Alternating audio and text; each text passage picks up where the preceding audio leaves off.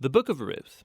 It's a brilliant work of theological art, and it invites us to reflect on the question of how God is involved in the day-to-day joys and hardships of our lives.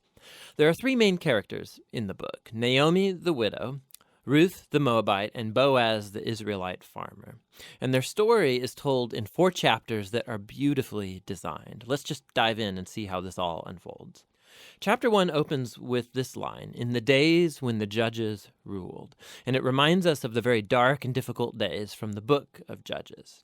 And here we meet an Israelite family in Bethlehem, struggling to survive through a famine. And so, in search of food, they move on to the land of Moab, Israel's ancient enemy.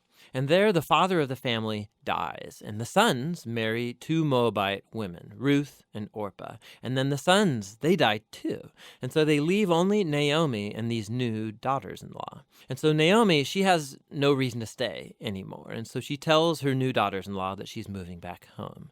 And Naomi, she knows that the life of an unmarried foreign widow in Israel is going to be very hard. And so she compels the women to stay behind.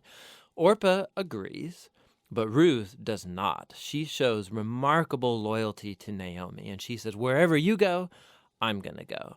Your people will become my people, and your God will become my God."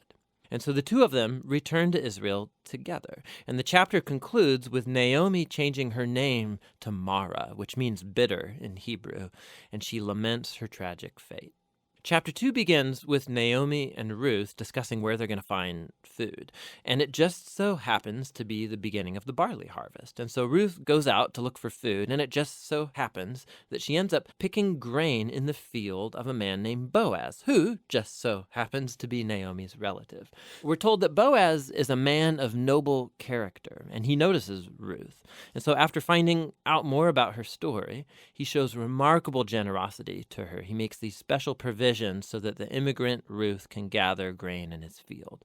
And in doing so, Boaz is actually obeying an explicit command of the Torah to show generosity to the immigrant and the poor. Boaz is so impressed by Ruth's loyalty to Naomi. He prays for her that God will reward her for her boldness. So Ruth comes home that day, and Naomi finds out that she met Boaz, and she is thrilled. She says Boaz is their family redeemer. Now, this family redeemer thing, this was a cultural practice in Israel where if a man in the family died and he left behind a wife or children or land, it was the family redeemer's responsibility to marry that widow, to take up the land and protect that family. So Naomi, she begins to hope that perhaps there might still be a future for her family. Chapter 3 begins with Naomi and Ruth making a plan to get Boaz to notice their situation. So Ruth is going to stop wearing clothes of a grieving widow, and she's going to show signs that she's available to be married. And so Ruth goes to meet Boaz on the farm that night. And as she approaches, Boaz wakes up and he's totally startled. And Ruth makes her intentions very clear. She asks if Boaz will redeem Naomi's family and marry her. Boaz is once again amazed by Ruth's loyalty to Naomi and her family, and he calls Ruth a woman of noble character. It's the same term used to describe the woman of Proverbs 31. So Boaz tells Ruth to wait until the next day, and he will redeem both Ruth and Naomi legally before the town elders.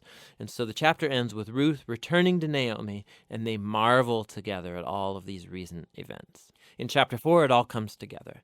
It turns out, at the last minute, Boaz discovers there is a family member who's closer to Naomi than he is, and he's actually eligible before him to redeem the family. But at the last second, this family member finds out that he's going to have to marry Ruth, the Moabite, and so he declines. But Boaz, remember, he knows Ruth's true character, and so he acquires the family property of Naomi, and he marries Ruth. And so just at the beginning, how Ruth was loyal to Naomi's family, so now Boaz is loyal to Naomi's family as well. The story concludes with a reversal of all of the tragedies from chapter 1. So the death of the husband and the sons is reversed as Ruth is married again and gives birth to a new son, granting joy to Naomi. And this symmetry between the opening and the closing, it's even more remarkable. So remember, the opening tragedy was followed by a great act of loyalty on the part of Ruth. And that is now matched by Boaz's act of loyalty that leads to the family's final restoration. And this symmetry, it highlights the design of the internal chapters as well. So each of the chapters begins with Naomi and Ruth making a plan for their future, and that's followed by a providential meeting between Ruth and Boaz, and each chapter concludes with Naomi and Ruth rejoicing at what's taken place. This story is beautifully designed, and that design actually connects with a really interesting feature of the story, and that's how little God is mentioned. Right? The characters talk about God a few times, but the narrator actually never once mentions God doing anything directly in the story, and that's its brilliance. Because God's providence is at work behind every scene of this story, weaving together the circumstances and choices of all these characters. So Naomi, her tragedy leads her to think that God is punishing her, but actually the whole story is about God's mission to restore her and her family. And he's doing so through Ruth, through her boldness and loyalty, which brings healing to Naomi's life, but not without Boaz, who's a no-nonsense farmer who's full of generosity and loyalty. And so God uses his integrity combined with Ruth's boldness to save Naomi and her family. And so this story brilliantly explores the interplay of God's purposes and will with human decision and will. God weaves together the faithful obedience of his people to bring about his redemptive purposes in the world. And that leads to the real end of the story.